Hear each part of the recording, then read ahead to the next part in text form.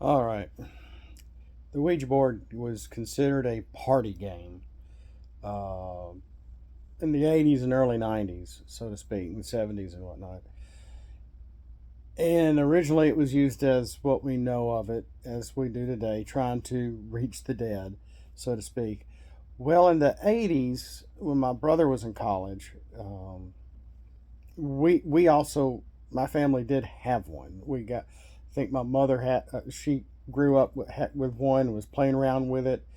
Um, and her sister, when they were teenagers, the board said she was going to marry a certain boy. It had to be the same name of a boy on her street she didn't like.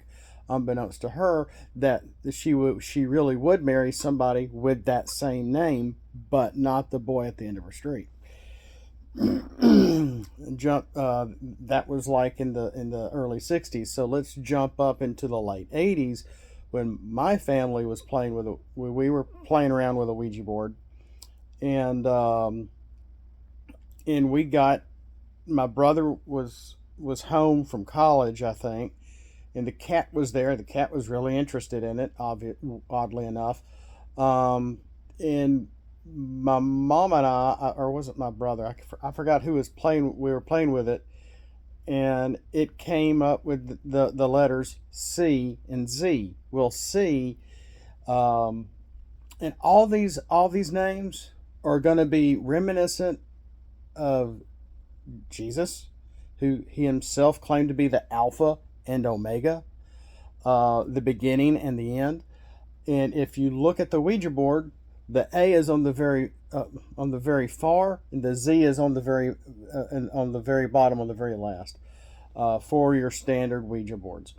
Um, so ours was C and Z. So it wasn't the complete beginning, it was three after the beginning, and then the last letter. So it kept going CZ, CZ. Well, my brother was like, "Oh my goodness, that's what we normally the demon we tend to get at college, where he was going to college at." And he's like, "You might as well give it up, because it's now, quote unquote, taken over the board," according to him.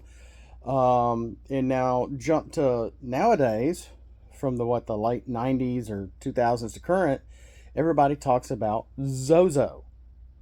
Well, here's an image of a game called Final Fantasy III, now corrected as Final Fantasy VI,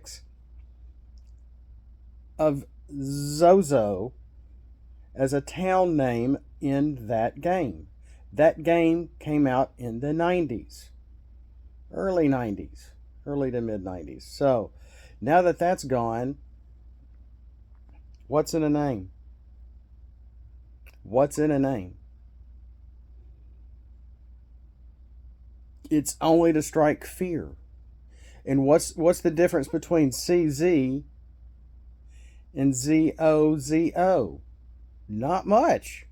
Except now, instead of the beginning of the name not being the A, but three after the A, and three is also can be signified as part of the Trinity, is that the O is, if you're looking at a standard Ouija board, is almost directly under the A.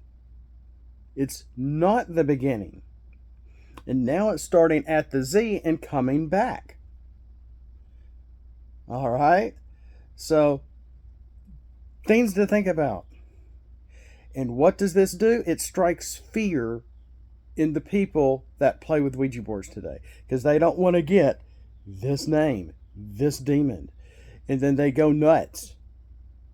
Whether it's real or not is up to the user.